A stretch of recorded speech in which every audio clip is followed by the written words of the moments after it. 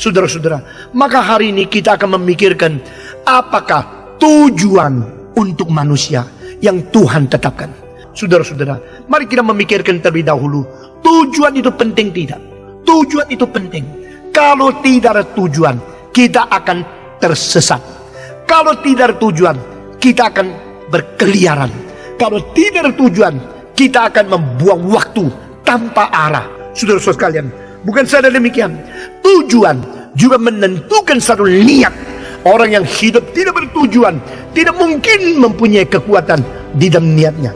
Orang yang tidak mempunyai tujuan, dia akan sembarangan. Dia akan memboroskan waktu, dia memboroskan bakat, dia memboroskan segala potensi. Dan kapankah manusia menetapkan tujuan? Kalau mungkin sedini mungkin. Saudara-saudara, kalau bisa semudah mungkin. Waktu engkau masih remaja, waktu engkau masih anak-anak, sudah mempunyai tujuan. Orang yang tidak mempunyai tujuan, tidak menaruh tujuan untuk merencanakan hari depan, orang itu akan seperti seorang yang terus tertidur dan terus membius diri. Akhirnya waktu dia bangun, dia sudah kehilangan semua kesempatan yang paling indah. Hidup enak kadang-kadang menjadikan kita terpeleset. Hidup kaya menjadikan kita lebih gampang tergoda. Hidup terlalu lancar mengakibatkan kita tidak berwaspada. Saudara-saudara, maka kita memikirkan apakah yang dikatakan di dalam kitab suci. Mengapa manusia dicipta? Manusia dicipta untuk apa? Saudara-saudara, segala sesuatu dicipta untuk manusia, dan manusia dicipta untuk Tuhan. Dari sini kita melihat sumbernya dari satu Allah yang maha tinggi. Dia menciptakan segala sesuatu, lalu dia menciptakan manusia. Jadi Allah di tempat yang tertinggi, segala sesuatu di tempat yang terendah, manusia berada di tengah. Namun saudara-saudara, pada waktu kita menggambarkan ini, Allah menciptakan segala sesuatu untuk manusia. Jangan lupa, Allah menciptakan manusia untuk dia sendiri. Sehingga di atas kita adalah Allah, di bawah kita adalah alam. Nah saudara-saudara, maka manusia terbuka kepada Tuhan, dan manusia berada di dalam dunia tertutup. Ini adalah alam, di sini ada Allah. Allah di atas, alam di bawah. Manusia di mana? Manusia di tengah. Saudara-saudara, itu sebab kalau kita menjadikan alam tujuan, maka muka kita akan terus lihat ke bawah. Karena ini tujuan, ini tujuan. Lalu kapan ke atas? Kalau minta pertolongan Tuhan, baru ke atas. Orang yang jadikan alam tujuan hidup, dia akan memperalat agama. Saudara-saudara, kapan manusia datang ke Tuhan? Pada waktu dia mau memperoleh sesuatu dari materi, tetapi tidak mendapatkan, dia berdoa, Tuhan tolong. Telah Tuhan tolong, untuk apa? Untuk mendapatkan dunia, untuk mendapat materi lagi. Orang demikian tujuannya bukan Tuhan, tujuannya alam, memperalat Allah. Nah saudara-saudara, ini salah sekali. Sebaliknya, seharusnya orang yang sungguh-sungguh mengerti apa artinya makna manusia, dia mengatakan Allah di atas, alam di bawah. Yang di atas maha tinggi, yang di bawah maha fana. Kalau yang maha fana bukan paling penting, jangan memperalat Allah yang maha tinggi untuk mendapatkan yang maha fana dan sementara.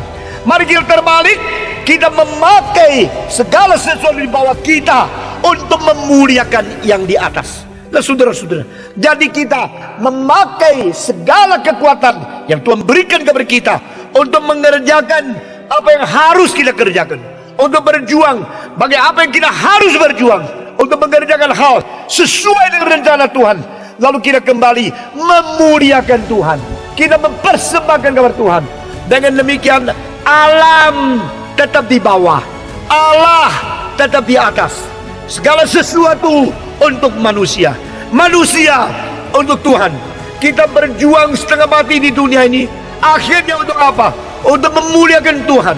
Akhirnya untuk apa?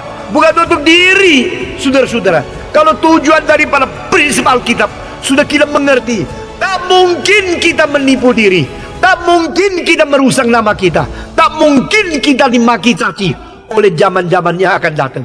Saudara-saudara, barang siapa yang hidup egois. Mungkin dia kaya raya, tetapi dia akan maki caci oleh keturunan dan habis-habis.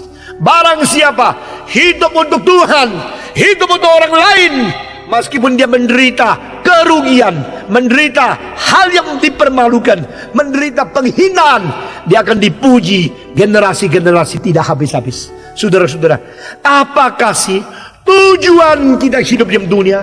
Kita memperalat Tuhan, doa, berbakti, baca kitab suci, supaya mendapatkan segala kekuatan Tuhan untuk memperoleh segala sesuatu. Dan itulah yang menjadi tujuan kita. Kalau demikian, agama itu menjadi alat, agama menjadi instrumen di dalam egoismu sendiri.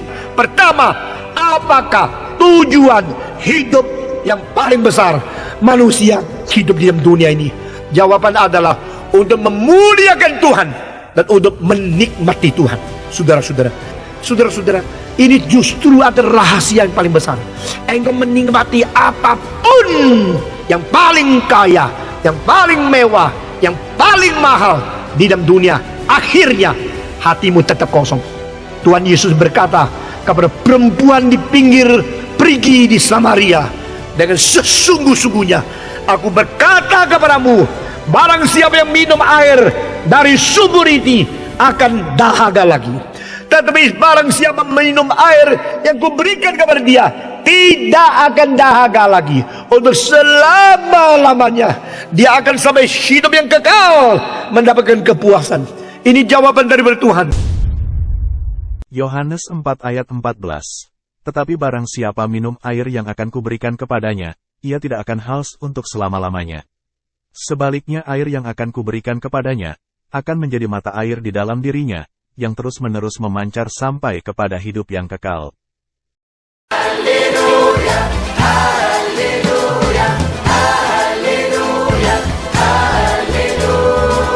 Ta'alin Yesua, Malik wahid ala kulli hayati. Nalli nafsi lil-Masih, وبصوت الحمد راح أشهد له تثبت صلاتي. نهدي يا نفسي للمسيح.